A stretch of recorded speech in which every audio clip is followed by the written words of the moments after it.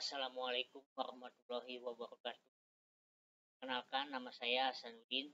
Saya dari Institut Agama Islam Al-Zaitun Indonesia IAI Al-Ajiz. Saya dari Fakultas Syariah Prodi HTN 3.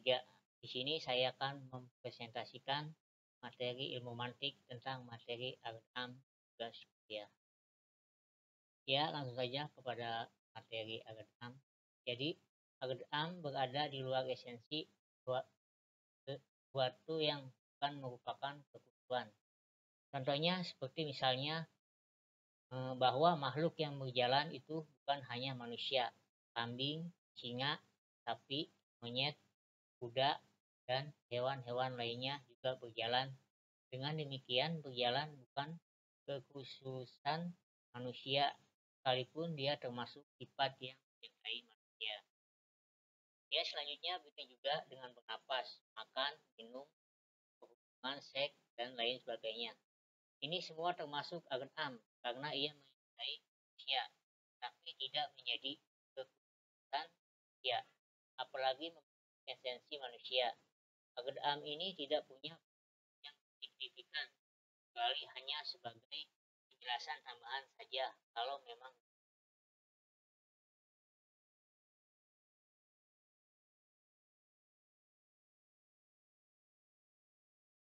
ya. Nah, sekali lagi dia tidak menjelaskan apapun dari esensi sesuatu yang hendak didefinisikan. Sementara dalam definisi yang paling kita adalah penjelasan atas yaitu Iqbal al-Dina al-Ghaizi. Agam ini tidak masuk dalam, nah, dia tidak akan mampu menjadi titik pembeda, apalagi menjelaskan esensi sesuatu yang hendak didefinisikan. Nah, misalnya sebagai contoh, Anda mendefinisikan manusia sebagai hewan yang berjalan. Kata hewan menjadi jin, jalan menjadi agam.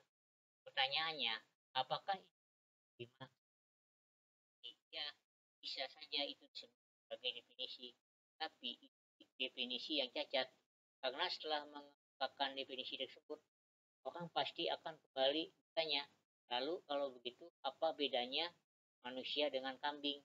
Bukankah kedua-duanya jalan? Sebagai ahli ilmu logika yang lain seperti Newton, Chris, Bishop, Hidin, Azizi memperbolehkan penggunaan agam ini jika ia dirangkai dengan partial atau dengan hasyah. Ketika ia dirangkai dengan partial, maka tarifnya ketika itu masuk kategori had, nakis. Tapi ketika ia dirangkai dengan hasanah, maka status takrifnya berubah menjadi rasim nakis. Agam ini hanya dibagi menjadi dua. Yang pertama ada agam lazim, yang kedua ada agam mufarik. Apa perbedaan keduanya? Mari kita simak uraian sebagai berikut. Nah, untuk membedakan agam lazim dan agam mufarik, ini yang pertama ada agam lazim. Jadi agam lazim adalah agam yang menyertai semua individu dalam setiap waktu. Contohnya seperti potensi berjalan bagi manusia, ingat berjalan, atau masih bil wah, bukan berjalan secara aktual, masyiin bil fiil. Anak kecil yang masih bayi misalnya memang belum bisa berjalan, tapi dia punya potensi berjalan atau disebut dengan masin bil kuah. Dengan demikian, potensi berjalan yang dinisbatkan kepada manusia, baik itu anak kecil maupun orang dewasa, disebut sebagai agam lazim. Selanjutnya yang kedua, agam mufarik. Jadi agam mufarik ini adalah agam yang tidak menyertai semua individu di setiap waktu. Contohnya seperti berjalan yang dinisbatkan kepada manusia secara aktual atau fiil. Manusia tidak berjalan seperti waktu, hanya berjalan dalam waktu. Jika manusia berjalan secara aktual, maka ketika itu berjalan yang dinisbatkan kepadanya masuk kategori mufarik. Tapi ketika ia tidak berjalan, maka jalan yang dinisbatkan kepadanya masuk kategori lazim. Karena sekalipun tidak berjalan, Secara aktual setiap manusia kata sekalipun punya potensi berjalan. Selanjutnya saya akan menjelaskan dari kesimpulan Albert Am.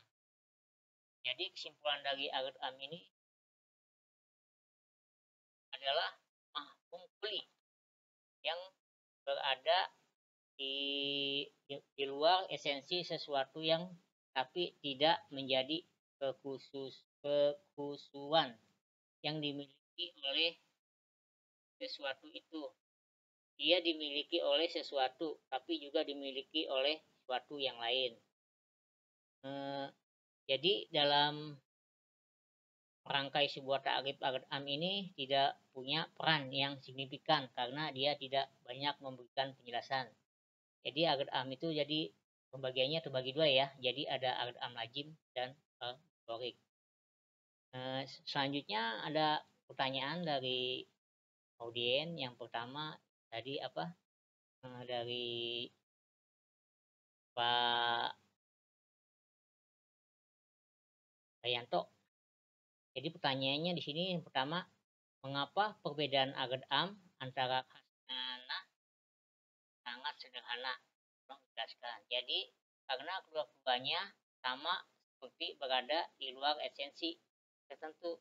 Tapi bedanya jika yang satu merupakan kekhususan, maka yang kedua bukan kekhususan. Yang kedua pertanyaannya, apakah Albert Am termasuk ke dalam unsur ta'rif? Jadi Albert Am ini tidak termasuk karena dia tidak mampu menjadi titik pembeda, apalagi menjelaskan esensi sesuatu yang tidak didefinisikan. Yang presentasi saya hari ini saya tutup saja dengan aja wallahu ya ana wa ya fagina walhamdulillahi wabil alamin. Terima kasih.